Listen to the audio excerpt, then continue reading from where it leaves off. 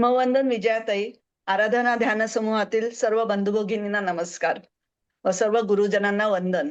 गुरुपौर्णिमेनिमित्त गुरुपौर्णिमेच्या हार्दिक शुभेच्छा. आराधना ध्यान समूहाद्वारे आयोजित जनी म्हणे बा विठ्ठला या सदरात आज सगळ्यांच्या आवडत्या विजयाताई संत जनाबाईंची भेट घडवून आणणार आहेत. विजयाताई, आराधना ध्यान समूहात तुमचे मनापासून स्वागत. विजयाताईंच्या मधुर रसाळ वाणीतून व त्यांच्या स्वतःच्या विशिष्ट शैलीतून आपण आज संत जनाबाई जाणून घेणार आहोत. मी ताईंना विनंती करते की त्यांनी आपला संवाद सुरू करावा. धन्यवाद. नमस्कार. डॉक्टर प्रभाकर देशमुख शैक्षणिक आणि सामाजिक संस्थेच्या अंतर्गत आराधना समूहाद्वारे आयोजित कार्यक्रमात आपले स्वागत. आणि मला इथे आपण बोलवलं त्यासाठी ऋताताई आपले आणि आपल्या टीमचे मनापासून आभार. आज आपणासाठी जनी म्हणे बा विठ्ठला हा कार्यक्रम सादर करते आहे. आज गुरुपौर्णिमा. गुरुपौर्णिमेच्या आपणास सर्वांना शुभेच्छा. जनीचं आणि नामदेवाचं नातं गुरु शिष्याचं केलं. तर सुरुवात करते जनी म्हणे बा. स्त्री आणि शूद्र असूनही जनाबाई परमार्थाच्या मार्गावर चालत राहिली. जनाबाईने मंदिरात जाऊन पांडुरंगाचं दर्शन घेण्याचं दाखवलेलं धाडस, अभंग रचनेचा आविष्कार, प्रासादिक कीर्तनाची अभिव्यक्ती हे सगळं कालातीत आहे. जनाबाईंना आलेलं आत्मज्ञान आणि देवाशी अद्वैत साधल्यानंतर आलेलं आत्मभान जनाबाईचं कर्तृत्व सिद्ध करतं. स्त्री जन्म म्हणून न व्हावे उदास हा एक उदात्त विचार त्यांनी त्या काळात दिला. संत जनाबाईचं आत्मचरित्र आपल्या समोर उलगडून दाखवण्याचा हा अल्पसा प्रयत्न जनी म्हणे बा विठ्ठलाची तुळस मंजिरी विठुरायासमोर भक्ती भावानं ठेवते आहे. जनी म्हणे बा विठ्ठला.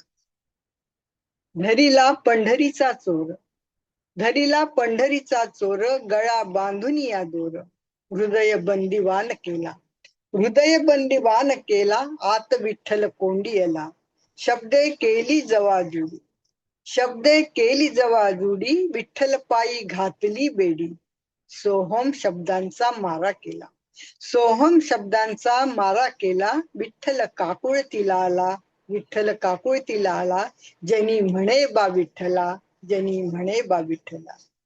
तर अशी ही जनी वारंवार विठ्ठलाला आर्तपणे साथ घालते.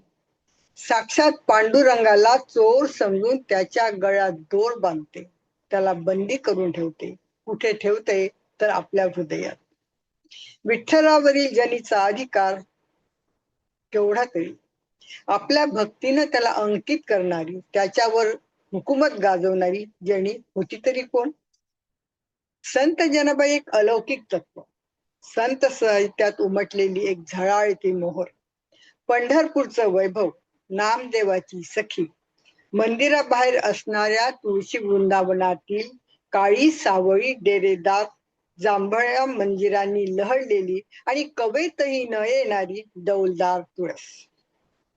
ह्याच मंदिरांचा सुंदर हात विठ्ठलाच्या गळ्याची शोभा वाढवित होता आणि हार विठ्ठलाच्या छातीवरती रुळत होता आणि जनाबाई विठ्ठलाच्या हृदयस्थ होत होती.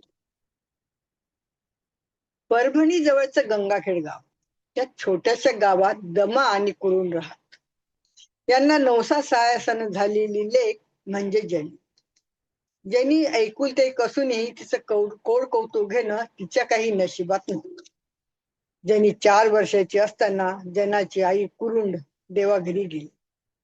दमाकडून मग लेकीचं करणं होईना. दमा पंढरीचा वारकरी होता. एकदा तो पंढरीला गेला असताना त्याची दामाशेठीची ओळख झाली आणि दामाशेठीचं घर विठ्ठलाच्या मंदिराच्या अगदी समोर. जनीला त्यांचं स्वाधीन करायचं असं ठरवून तो लेकीला घेऊन पंढरपूरच्या वाटेला लागला. एखादं गाव जवळ आलं की तो थांबायचा. झाडाची गर्द सावली बघून तो तिथं लेकीला ठेवायचा. लेकीचं मग गावात जाऊन लेकीचा पोट भरण्यासाठी भाकर तुकडा मागून आणायचा, तिला खाऊ घालायचा. समोर कोणी दिसेल तर त्याला पाणी मागायचा, दोघांची तहान भागवायचा. वाटेत विहिरी पाणवठे खूप लागत, परंतु त्यांना स्पर्श करण्याचा त्यांना अधिकार नव्हता. कारण तो जातीनं शूद्र होता. काळ्या सावळ्या बारकाशा जनीच्या केसांना कितीतरी दिवसात तेल लागले नव्हते, की फणी लागली नव्हती, की अंगाला पाणी सुद्धा लागलेले नव्हते. फाटका परकर आणि तशीच चोळी घातलेली जनी कधी वडिलांच्या पाठगोळी बसत होती, तर कधी पायी चालत होती. बाबा, कवा येईन पंढरपूर? वडिलांच्या मागून दुडक्या चालीनं चालणाऱ्या जनीनं विचारलं. बस पोरी, आता जवळच आहे. हातानं घाम पुसत दमा म्हणाला.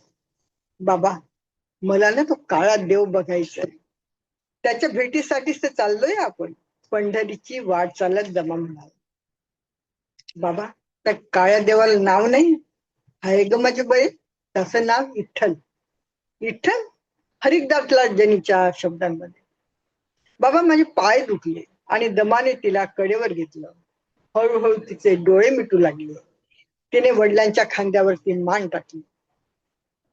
दमा निघाला आणि त्याच्या खांद्यावरती निश्चिंतपणे झोपलेली, आपल्या भविष्याबद्दल पूर्णपणे अनभिज्ञ असलेली पंढरपूरची स्वप्न बघणारी दमा आणि कुरूंची लाडकी लेक जना पंढरपूरला निघाली होती कायमची.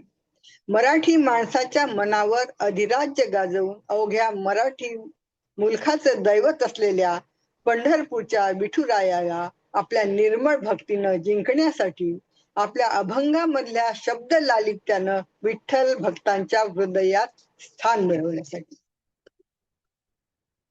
दमाने जनीला दामाशेठीच्या दाराशी सोडलं तेव्हा बापाचं हृदय नाही म्हटलं तरी कळवळलंच.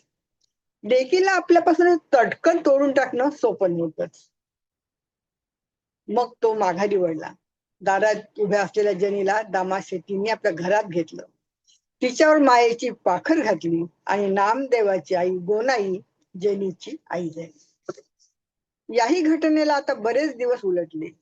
जनी आता दामाशेठींच्या घरात चांगलीच रुळली होती.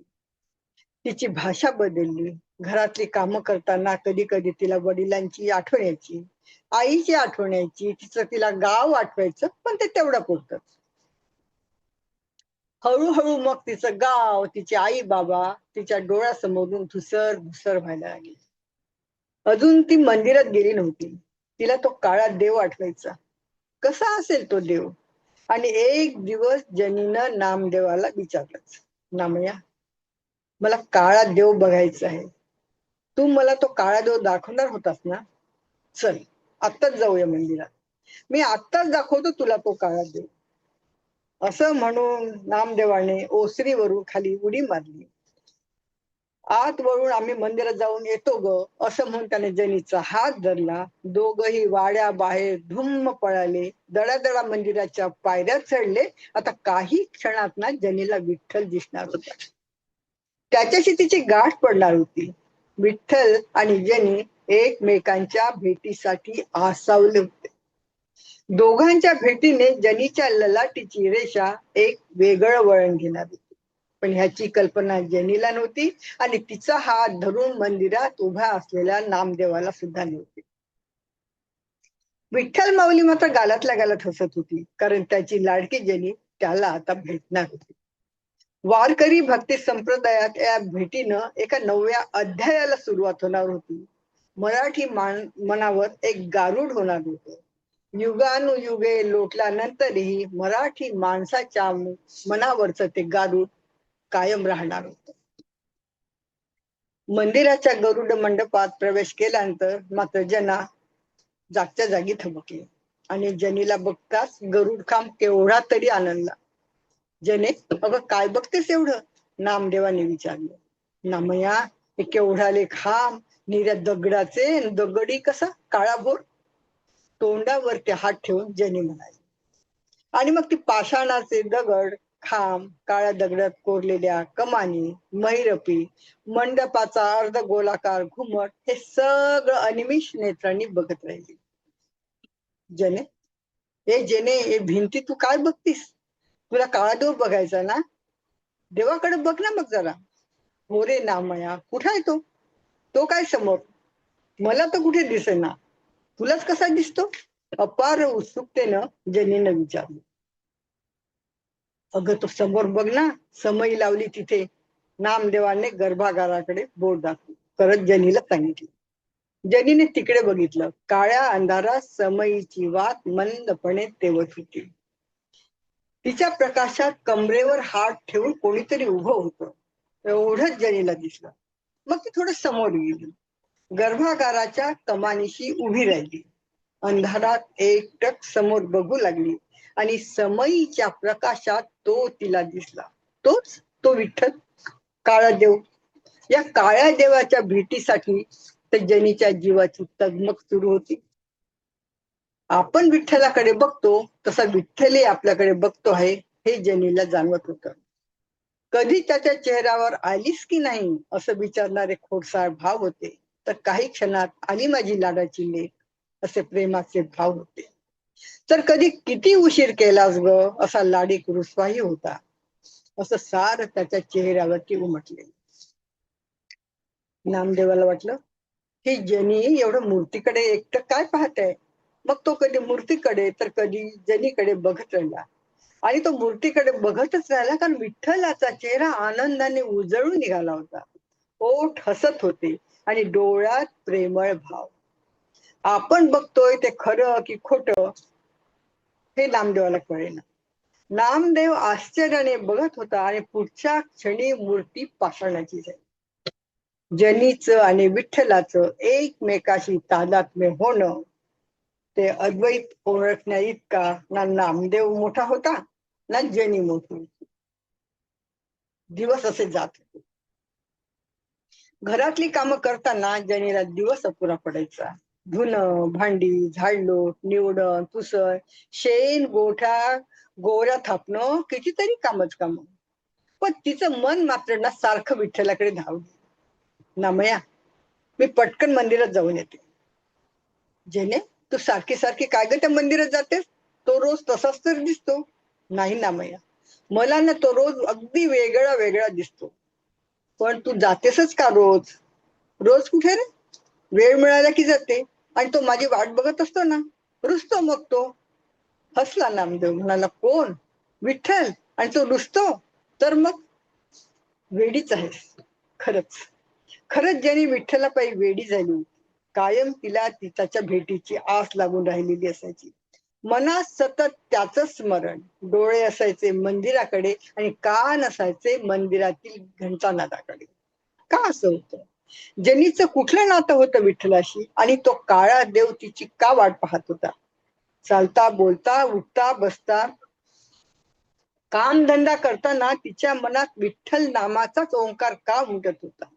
आता अलीकडे तर रोज निघण्यापूर्वी ती मंदिरात जाऊन यायची, विठ्ठलाचं दर्शन घ्यायची. पण का?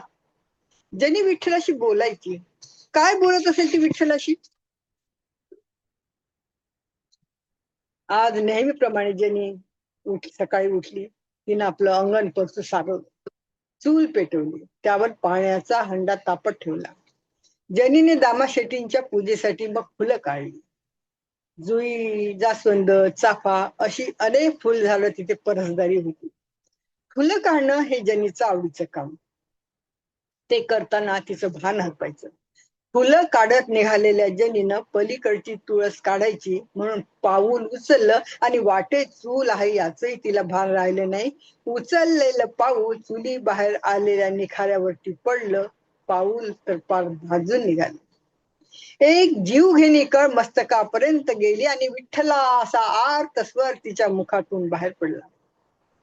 साखर झोपेत असलेला तो विठ्ठल त्या आर्त स्वरानं जागा झाला. एवढ्या आर्त स्वरात आपल्याला कोण आवाज देतोय, कोण धावा करते आपल्याला, हे त्याला कळेना. आणि त्यानं आवाजाच्या दिशेनं बघितलं. ती होती जेनी, 12-13 वर्षाची पोरकरी पोर. तिचं निर्मळ हसणं, तिचं बोलणं, तिचा सावळा रंग सारच त्याला आवडणार. तिच्या आर्त स्वरानं विठ्ठल हेलावला आणि रुक्माईचा वल्लभ जनीकडे धावला. वेदनेने कळवणाऱ्या जनीला त्यांना आपल्या कुशीत घेतलं. तिच्या पायावरती मग हळूवार फुंकर घातली. जनीची वेदना मग शांत शांत होत गेली. दुपार झाली. आपला दुखरा पाय घेऊन जनी झोपाळ्यावर बसली. तिच्या बाजूला नामदेव येऊन बसला. जेने, जेने व कुठं हरवलीस? जनी चूप होती. कुठेतरी बघत होती. जने, ए जने, पुन्हा नामदेवानं आवाज दिला. कोण, नामया? अरे कधी आलास? मघाच. पण तुझं लक्षच नव्हतं. पाय खूप दुखतोय का? हो रे, जरा. जने, मला सांग, तुझा पाय भाजलाच कसा? लक्ष कुठे होते तुझं? आणि मुख्य म्हणजे चुलीतल्या लाकडावर पाय पडलाच कसा? कुणाला आवाज नाही द्यायचा? एकाच वेळी किती प्रश्न विचारशील रे नामया? आणि आवाजाचं म्हणशील ना तर दिला ना आवाज. कुणाला? मला? तुला नाही रे, विठ्ठलाला दिला. काय विठ्ठलाला? आणि आला का मग तो? नामदेवाने आश्चर्याने विचारले. होय, मी विठ्ठलाला हाक मारली आणि तो आला. माझ्या हाकेला धावून आला. आणि का सांगू नामया, साक्षात कैवल्यदानी माझ्या पुढ्यात. तो आला, माझ्याजवळ बसला आणि नामया त्यानं मला खुशीत घेतलं. मला रडू आलं तसं त्याने माझी समजूत काढली. त्याच्या शेलानं त्याचे माझे डोळे पुसले, माझा पाय हाती घेतला. त्यावरनं त्यांना हळुवार फुंकर घातली. त्याच्या त्या फुंकरीनं ना माझ्या पायाची आग हळूहळू कमी होत गेली. आणि बोलता बोलता जनी थांबली. क्षणभर म्हणाली, नामया, अरे त्यानं मला थोपटलं. आणि तो पांडुरंग मला म्हणाला, जने, आता बरं वाटतंय ना? मी फक्त मान हलवली. मग तोच म्हणाला, बरं मी येतो. आत्ता उजाडेल, धावळ भक्त येतील, म्हणतील राहुळ रिकामं कसं? कोण एवढा पुण्यवान आहे की ज्याला प्रत्यक्ष पांडुरंगाला चोरून नेलं? त्याला कुठं माहित असणार जने की तूच मला चोरलंस ते? असं म्हणून ना नामया तो लाघवी हसला आणि गेला. मी हात जोडले, डोळे मिटले. मंदिरातला घंटा नाना माझ्या कानी येत होता. आणि माझ्या मनात ना नामया विठ्ठल नामाचा ओंकार उमटत होता. भारावलेल्या जनीला नामदेवानं हळूच विचारलं, जने, तुझ्या हाकेला खरंच धावून आला तो? हो रे, खरंच धावून आला. एकदा तूच म्हणाला होतास ना नामया की श्रद्धेनं आणि भक्तीनं त्याला हाक मारली की तो येतो म्हणून. मी त्याला आर्त साथ घातली, अगदी मनापासून साथ घातली आणि तो आला. त्याने कसा दिसत होता ग विठ्ठल? नामदेवाच्या या प्रश्नावर ज्यांनी मन प्रसन्न हसली. हसतेस काय? सांग ना, कसा दिसत होता तो विठ्ठल? जनीच्या डोळ्यासमोर विठ्ठल उभा राहिला, अगदी मंदिरात होता ना तसा. त्याला बघून पाशी एक रूप झाली आणि तन्मय होऊन गाऊ लागली. पाय जोडुनी विटेवरी, कर ठेवुनी कटेवरी, रूप सावळे सुंदर, कानी कुंडले मकराकार, गळा वैजयंती माळा, तो हा मदनाचा पुतळा. स्वतःच्याही न कळत जनीने विठ्ठलाचं वर्णन केलं. ते ऐकून नामदेव थक्क झाला आणि म्हणाला, जने, जने, अगं तू तर अभंग केलास. खरंच नामया, याला अभंग म्हणतात होय? होय ग, यालाच अभंग म्हणतात. नामया, तुझ्या अभंगात नामा म्हणे असं शेवटी तू म्हणतोस ना, मग आता मीही माझ्या अभंगात म्हणे जनी म्हणे म्हणून. आणि समोरच बसलेल्या जनीकडे नामदेव आश्चर्याने बघत राहिले. ही जनी नेहमीची जनी नव्हती. तिच्यात काहीतरी विशेष आहे, वेगळं आहे, विलक्षण आहे, नामदेवाने ओळखलं. पण काही कुटील बुद्धीच्या लोकांनी जनी आणि नामदेव यांच्यावरती किटाळ आणण्याचा प्रयत्न केला, कारण त्यांना या दोघांचं नातं माहितीच नव्हतं. जनीचं आणि नामदेवाचं नातं अगदी वेगळं होतं, विलक्षण होतं, लोभसवान होतं. फुलाचा आणि सुगंधाचा काय संबंध असतो? झाडाचा मुळाशी असलेला संबंध कसा मोजायचा? काही संकल्पना आणि काही संकेत हे सगळ्यांच्या पलीकडे पोहोचलेले असतात. जनीचं आणि नामदेवाचंही तसंच होतं. पण साक्षात रुक्मिणी सुद्धा एकदा विठ्ठलाला जाब विचारते, क्रोधाने विचारते, सांगा पंढरीनाथा, जनीशी तुमचं काय नातं? विठ्ठल हसतो, दुर्लक्ष करतो, म्हणतो, रुक्मिणी, अगं आंघोळीला काढ पाणी. रुक्मिणी म्हणते, मी नाही काढत पाणी, मी नाही काढत पाणी, जनी तुमची पट्टर आहे. पुन्हा विठ्ठल हसतो, म्हणतो, रुक्मिणी, अगं भूक लागली, वाढण्यात ताट. मी नाही वाढत ताट, जनी पाहते तुमची वाट. तोंड फिरवून रागाने रुक्मिणी म्हणाली. विठ्ठल हसला. रुक्मिणी जवळ जाऊन उभा राहिला, म्हणाला, रुक्मिणी, आमच्या नाताबद्दल तुला काय सांगू, पण विश्वास ठेव. तू समजतेस ना तसं काहीही नाही. अगं रुक्मिणी, नको लावूस पाप. रुक्मिणी, अगं नको लावूस पाप. ज्यांनी आपलं लेकरू, आपण तिचे माय बाप. रुक्मिणीचा रुसवा कुठल्या कुठे पळाला आणि विठ्ठल जनीच्या नात्याची उंची ती मनातल्या मनात नापत राहिली. नामदेवाचं लग्न ठरलं. सुपारी फुटली. दामाशेठीच्या घरात पहिलंच कार्य, त्यामुळे घरात आनंद. लग्नाची कामं सुरू झाली. जनीला आता उसंत मिळेना. तिच्या मनात मात्र विठ्ठल सदैव बसतील, पण तिला त्याची भेट घेता येईना. एक दिवस रात्रीची कामं आटोपली, सारी नीरव झाली. जनीला वाटलं लग्न तोंडावर आलंय, नंतर मग वेळ मिळणार नाही. सगळी मंडळी निजली होती. ती हळूच पाय न वाजवता वाड्याच्या बाहेर पडली आणि थेट मंदिरात. दोघही एकमेकांना भेटायसाठी आतुर. जनीला बघताच विठ्ठल म्हणाला, जनी, किती ग हा वेळ, मी कधीची वाट बघतोय. विठ्ठला बघत कडे जनी म्हणाली, रागावलास? मग विठ्ठला रागावू नकोस ना रे. नामयाचं लग्न ठरलंय. खूप कामं पडतात. कुरड्या आहे, पापड्या, शेवया, सांडगे, निसपूस, शिवाय रोजची कामं तर आहेतच. केरवारे आहे, शेणसड आहे, सारवण आहे. वेळ मिळत नाही रे विठ्ठला. जने, मी तुझी रोज वाट बघतो. कितीतरी भक्त रोज येतात भेटीला, पण प्रत्येक जण ना काही ना काही मागत असतो. काही भक्त तर चक्क सौदा करतात. म्हणतात, विठ्ठला तू माझं अमुक अमुक काम कर, मग मी तुला तमुक तमुक देईन. आणि हसला विठ्ठल. पुन्हा थांबला, म्हणाला, जने, तुझं तसं नाही. मग पुन्हा म्हणाला, बरं जनी, तुला वेळ नाही ना, मग मी येत जाऊ तुझ्या भेटीला. आणि जनीने हा तोडगा मान्य केला. जनी शूद्र, त्यातूनही अनाथ आणि त्यातूनही स्त्री. तिची होणारी अवहेलना बघून विठ्ठल कष्टी व्हायचा. तिच्या डोळ्यातील आसव बघून भक्तांच्या गराड्यात असणारा राऊळातील हा साक्षात परमेश्वर बेचैन व्हायचा. तिच्या भक्ती मार्गातील येणाऱ्या अडचणी दूर करायलाच हव्यात. तिच्या कामाचा भार थोडा का होईना हलका करायला हवा. माझ्या निर्मळ मनाच्या जनीला सुखी करायला हवं. कारण कारण जनी सारखा भक्त एखादाच भेटतो. जनीच्या कामाचा भार हलका करायचा हे विठ्ठलानी मनाशी ठरवलं. आणि मग काय, साक्षात पंढरीचा राजा जनीच्या मदतीला यायला लागला. पहाटे जनी उठायची, सडा सारवण करून कांडण्यासाठी साळी काढायची. जनीने साळी काढल्या रे काढल्या की विठ्ठल खाली बसून उखळ झाडायचा. तिच्या साळी कांडू लागायचा.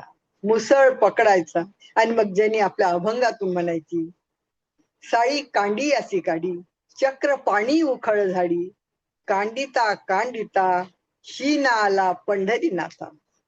कांडितांना घाम आला, तेने पितांबर भिजला, पायी पैंजण हाती कडी, कोंडा पाखडून काढी.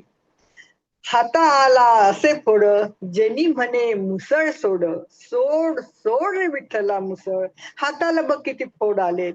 जनी कळवळून म्हणाली, पण विठ्ठल कसला ऐकतोय. तो फक्त हसला आणि जनी दळाला बसली की मग विठ्ठली जात्याजवळ एक पाय दुमडून एक पाय लांब करून बसायचा. जात्याचा खुंटा पकडायचा आणि मग पहाटेच्या वेळी जात्याची घरघर चालू व्हायची. जात्यातून भुरुभुरु पीठ पडायचं आणि जनीच्या ओठातनं ओव्या, सुंदर माझे जाते ग फिरते भवते, ओव्या गाऊ कौतुके तू ये रे बा विठ्ठला. जीव शिव दोन्ही खुंटे प्रपंचाचे नेटे ग, लावून पाची बोटे तू ये रे बा विठ्ठला. अवतीभवती मग जनीच्या ओव्यांची गंधीत फुलच फुलं. प्राजक्ताच्या बुंध्याला जरासा धक्का लागतात खाली केशरी पांढरी फुलांचा सुगंधित सळा पडावा, तशी जनीची शब्द कळा. विठ्ठल मग विहिरीचं पाणी काढायचा, तिला धुणं धुवू लागायचा. जनीच्या प्रत्येक कामात तिला मदत करायचा आणि जनीचं काम मग बघता बघता सोपं होऊन जायचं. जनीचं आणि विठ्ठलाचं भक्ती मार्गातलं हे अद्वैत जसं जनीच्या आयुष्याचं उद्दिष्ट झालं, तसंच ते विठ्ठलाच्या भक्ती वत्सलतेचं निदान झालं. जनी आणि विठ्ठल दोघांमधलं अद्वैत तर कधीच सरून गेलं होतं. आता जनी त्या काळ्या सावळ्या विठ्ठलांवरती, साक्षात पंढरीचा राणा असलेल्या भक्तवत्सल गोविंदावरती, आपल्या पंढरीत विवेकाची पेठ सजवणाऱ्या आणि युगानुयुगापासून विटेवर उभ्या असलेल्या त्या सावळ्या सुंदर परब्रह्मावरती हुकूमत गाजवू लागली होती. सकाळी ज्यांनी उठलं तिने भराभर आपली कामं केली. गोठ्यातलं शेण गोळा केलं, शेणानं टोपलं भरलं. इंदू चलतेस रानात? तिने तिथेच उभ्या असलेल्या आपल्या मैत्रिणीला विचारलं. कशाला? गोऱ्या थापायला. रानात काडी कचरा असतो ना, तो शेणात मिसळला की मग गोरी छान होते. दोघी जणी मग टोपलं भर शेण घेऊन रानात गेल्या. दोघींनी गोऱ्या थापल्या. जनी सोबत आणखीन 2 हात गोऱ्या थापत होते. जनीनं मान वर करून बघितलं. सावळा सुंदर गोऱ्या थापत होता.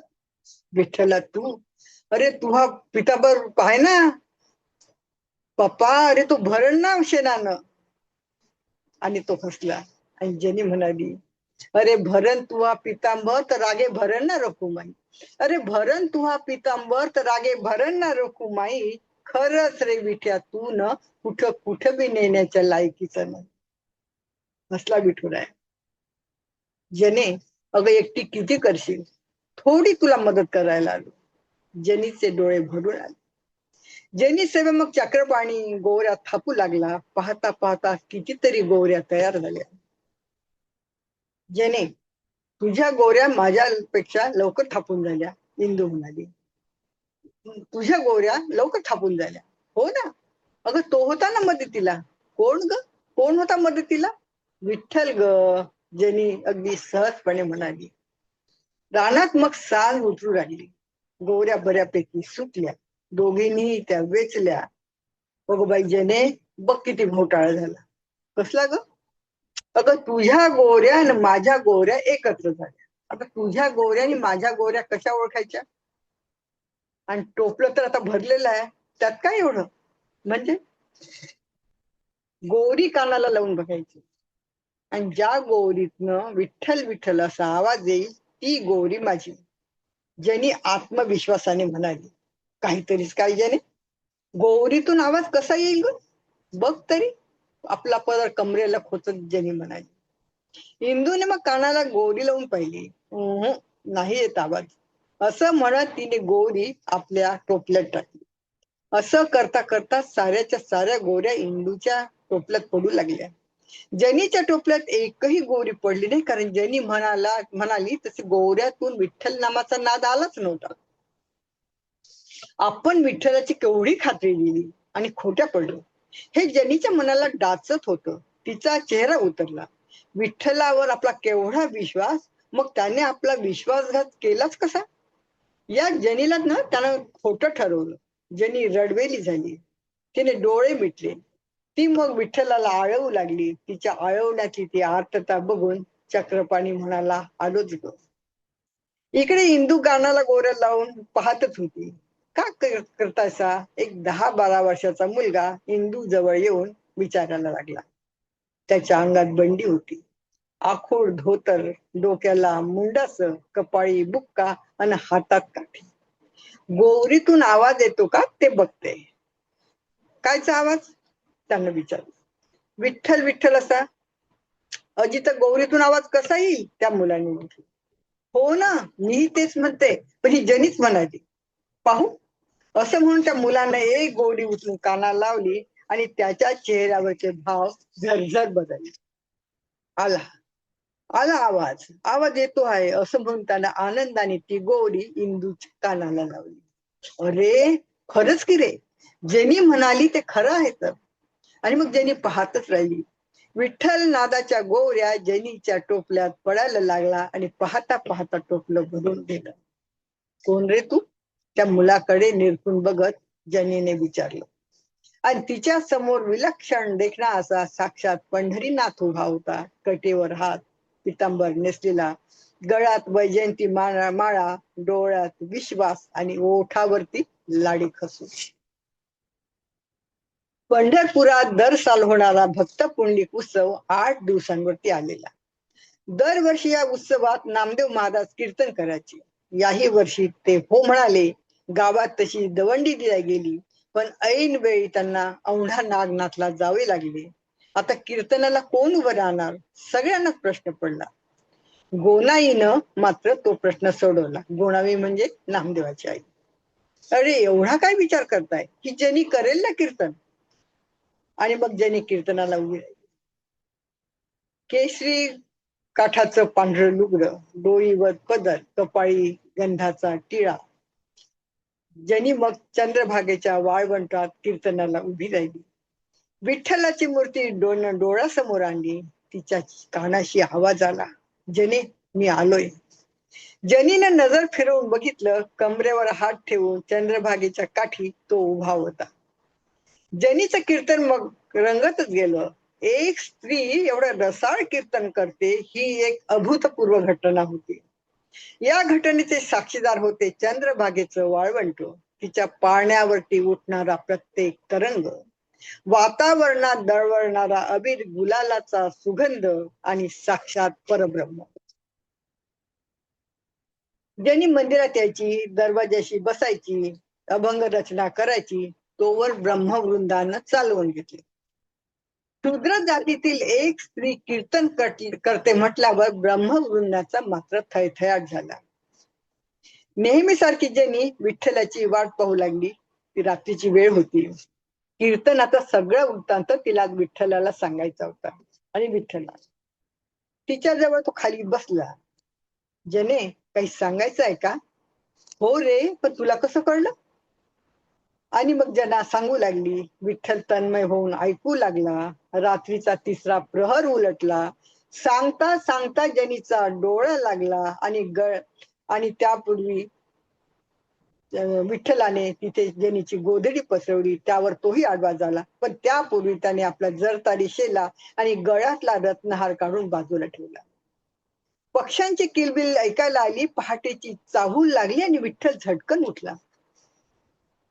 आपला शेला समजून त्याने जनीची गोधडी खांद्यावर टाकली आणि मंदिरात पोहोचला सुद्धा. काकड आरती सुरू झाली. काकड्याच्या प्रकाशात विठ्ठलाची मूर्ती झळाळून निघाली. अचानक बडव्याच्या लक्षात आलं, विठ्ठलाच्या खांद्यावर त्याचा जरतारी शेला नाही, तर जुनी जीर्ण झालेली एक गोधडी आहे. आणि विठ्ठलाच्या गळ्यातला रत्नहारही जागेवर दिसत नाही. तो घाबरला. त्यानं देवाचा शेला आणि रत्नहार चोरी गेल्याचं ओरडून ओरडून सर्वांना सांगितलं. गर्दीतल्या कोणीतरी ती गोधडी जनीची असल्याचं सांगितलं. आणि मग सगळेजण जनीच्या घरी आले. जनीच्या खोलीची झडती घेतली. देवाचा शेला आणि रत्नहार तिच्या खोलीत मिळाला. जनी अवाक झाली. धरणी दुभंगून पोटात घेईल तर बरं, असंही तिला वाटून गेलं. साक्षात पंढरीच्या पांडुरंगाला चोर समजून आपल्या हृदयात बंदिवान करणारी विठ्ठलाची परमभक्त जनी लोकांच्या नजरेत आता चोर ठरली. गावातील प्रमुख मंडळी जमली. विचार विमर्श झाले. पंचप्रमुखांनी जनीला मृत्यूदंडाची शिक्षा सुनावली. जनी निरपराध आहे हे विठ्ठलाशिवाय कोण सांगू शकणार होतं. त्याच्यामुळे तिच्यावरती हा प्रसंग ओढवला होता. जनी आर्तस्वरात विठ्ठलाचा धावा करत होती. डोंबांनी तिला ओढतच सुळाजवळ नेलं. तिच्या डोळ्यातून घळघळा अश्रू वाहत होते.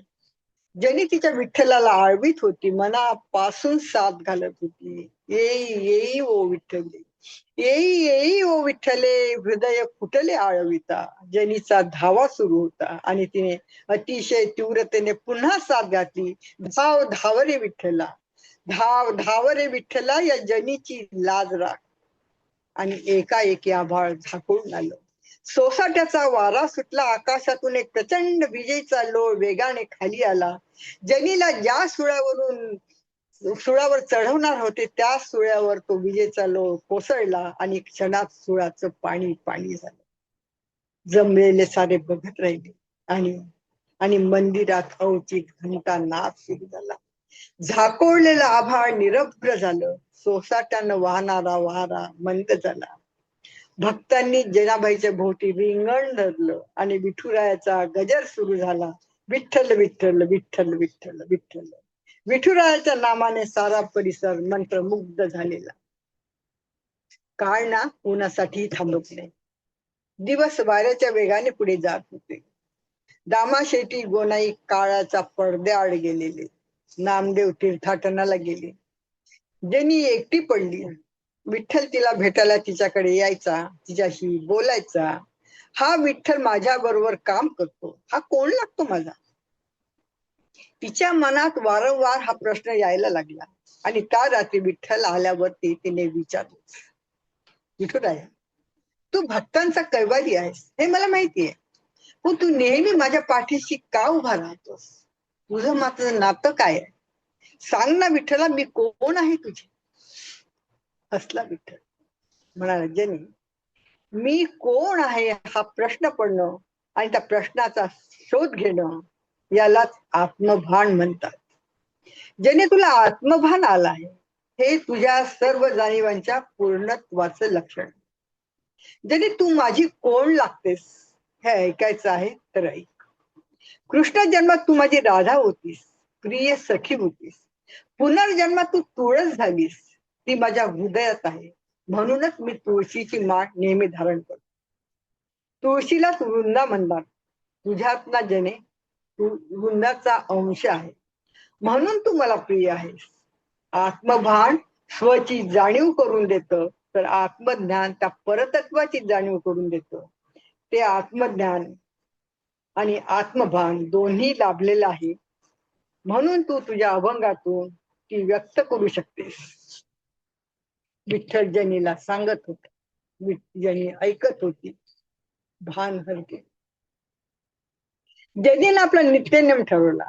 रोजची अनेका आटोपली की जनी मंदिरात जायची. मंदिराच्या प्रांगणात एक मोठं तुळशी वृंदावन होतं. तुळशी वृंदावनाभोवती ओटा होता. त्या ओट्यावरती ती बसायची. तिथे बसून तुळशीच्या माळा करायची. मंदिरात जाणाऱ्या येणाऱ्यांना ती त्या माळा द्यायची. म्हणायची, सांगा विठूला तुळशी माळ जनीनं पाठवली म्हणून. आणि मग तिच्या ओठावरती अभंग उमटला. आमची चुक व्हावी जन्मव्याधी, आमची चुक व्हावी जन्मव्याधी, आम्हा देई हो समाधी. जनी म्हणे चक्रपाणी, करी ऐसी हो करेन. जनीचं तिथं बसणं, तिचं माळा करणं, तिचं अभंग म्हणणं, हे सगळं तिथे येणाऱ्या जाणाऱ्यांच्या नित्य परिचयाचं झालेलं. नामदेव महाराज भागवत धर्माची पताका घेऊन पंजाबात गेलेले. जनी विठ्ठल यांचं नातं अधिकच गडद झालेलं आणि गहिर होत गेले. आणि एक दिवस जनी तुळशी वृंदावनाच्या ओट्यावर आलीच नाही. दिवस गेला, रात्र झाली. जनीचा सगळीकडे शोध घेतला, पण ती कुणालाही दिसली नाही. रात्र झाली. गुरुवानं रात्रीची आरती केली. तो घरी गेला. रात्रीचा दुसरा प्रहर संपला. आज विठ्ठलाला जनीकडे जायची घाई नव्हती. कारण जनीच त्याच्याकडे आलेली.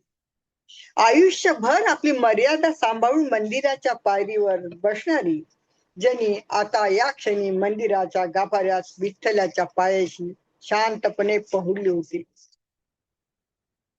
बाहेरच्या वृंदावनातील तुळस मात्र एकाएकी सुकून गेली आणि विठ्ठलाच्या गळातील तुळशी माळही पार कोमेजून गेली. जनीचं आत्मतत्व विठ्ठलाच्या परतत्वामध्ये ज्या क्षणी विलीन झालं, त्या क्षणी संतपणे वाहणारी चंद्रभागा निस्तब्ध झाली. वाहणारा वाराही थबकला.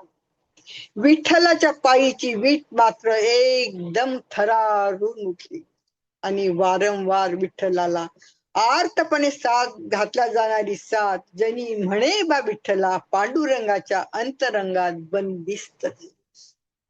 क्षणभरच पुढच्या क्षणी निस्तब्ध चंद्रभागा वाहती झाली. तिच्या खळखळाटातून, वाऱ्याच्या गुणगुणीतून, पानाच्या सळसळीतून, फुलांच्या सुगंधातून, पक्ष्यांच्या कलरवातून आणि अवघ्या चराचरातून एकच फक्त नाद निनादत राहिला, विठ्ठल विठ्ठल विठ्ठल विठ्ठल विठ्ठल विठ्ठल विठ्ठल.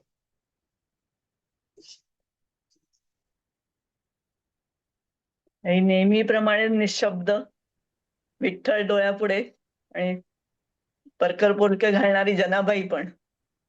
खूपच छान. बोलायला शब्द नाहीत. धन्यवाद. खूप छान ताई. नमस्कार. ताई नमस्कार माऊली.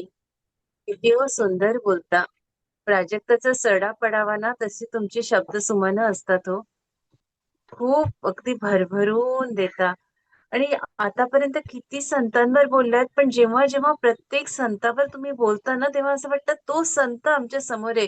म्हणजे आज सगळ्यांना मला असं वाटत होतं की जनाबाई आमच्याशी संवाद साधतात आहे. इतकं तुम्ही समरसून जाता. शब्द धन्यवाद. शब्द मन. माऊली आपल्यासाठी आमच्याजवळ शब्दच नाहीत हो. तेव्हा प्रणाम आपल्याला. धन्यवाद. तुम्ही संधी दिलीत, जनाबाई आपल्यापर्यंत माऊली पोहोचवली. माऊली आम्ही फक्त सेवा करतो, तुम्ही इतकं आम्हाला देता भरभरून की शब्दच नसतात. आणि आज तर व्यस्त आहात, तुम्हाला पुन्हा असं वाटतंय की जाऊन आलात मला वाटतं कार्यक्रम. हो हो, जाऊन आली मी. 3:30ला घरी आली. माझं आरती आटोपलं. तिथलं माझं भाषण आधी झालं अच्छा. आणि मग निघून आली. यायला अर्धा तास लागतो बर्डीवर छोटा कार्यक्रम. पुस्तक प्रकाशन हा होतं हा. एक. त्याला अच्छा. प्रस्तावना दिलेली, त्यामुळे त्यांचा आग्रह की तुम्ही पाहिजेच. मग ते झालं आणि त्यांना म्हटलं माझं काय तर 3:30 पावणे 4ला घरी पोहोचली आणि मग इकडे बसली. ताई खूप खूप खूप धन्यवाद. एवढी धावपळ करून आमच्यासाठी तुम्ही आलात. आणि आम्हाला जनाबाई ऐकवली. खूप खूप धन्यवाद. चला, धन्यवाद सगळ्या. खूप खूप धन्यवाद. नमस्कार. नमस्कार माऊली. सगळ्यांचं स्वागत आणि निरोप घेते. जय श्रीराम.